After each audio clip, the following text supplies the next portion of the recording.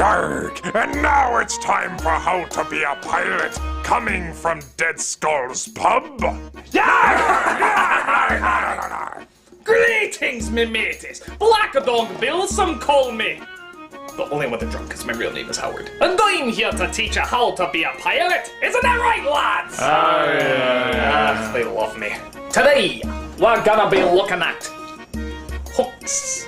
Now, there's a big controversy about hooks, you see. A lot of pirates claim that you have to have your hand cut off in order to have a hook. But I disagree, and would like to start a new movement. A movement I like to call Hooks Aren't Just for People Without Hands. Or the abbreviated version.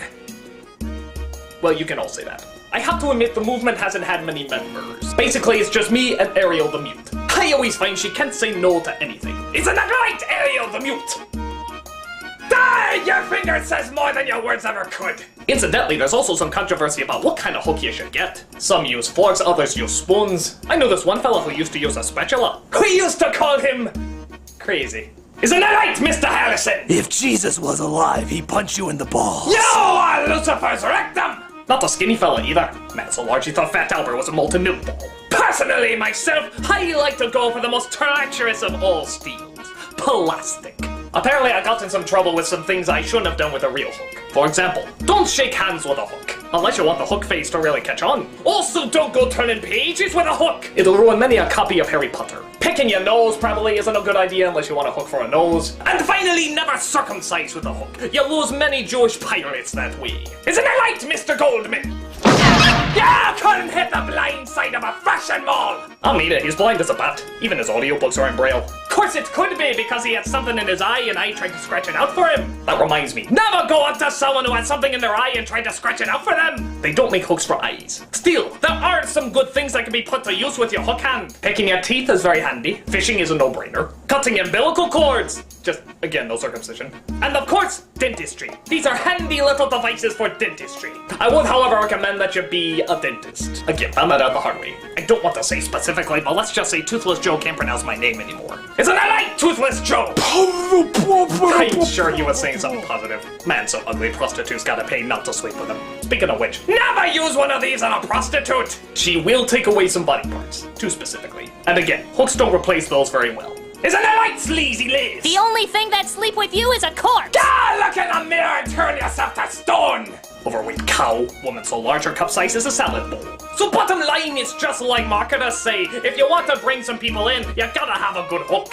And preferably no innocent blood stained on it. Isn't that right, Harry Larry? Haven't you been sacrificed as a virgin yet? Haven't you climbed back into your mother the ape? Not much of a thinker either. Man so stupid he thought Pigling was contagious. Dark. They act like they hate me, but in reality they love me. For I know the tales of Bloodbeard Joe. Bloodbeard Joe?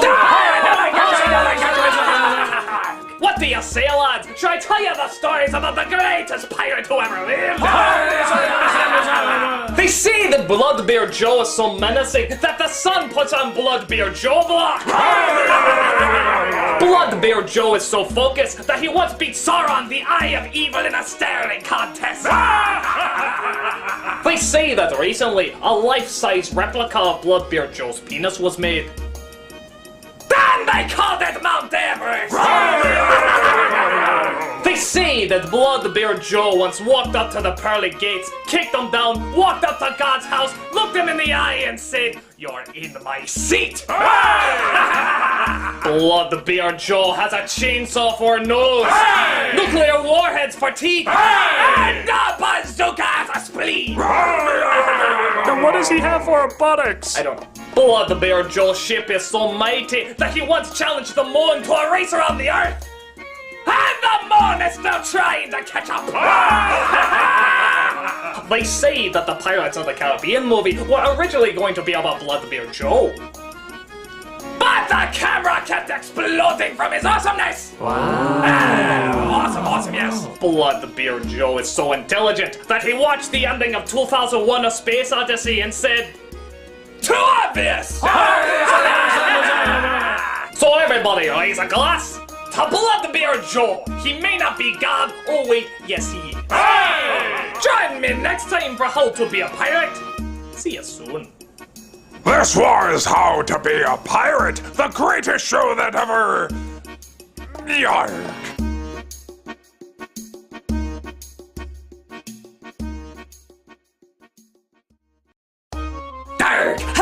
heard stories about the Blood-the-Beer Joe? I bet you have. Just send it to this address right here, and it just might make it into the next episode. But send them quick because... you want them quick?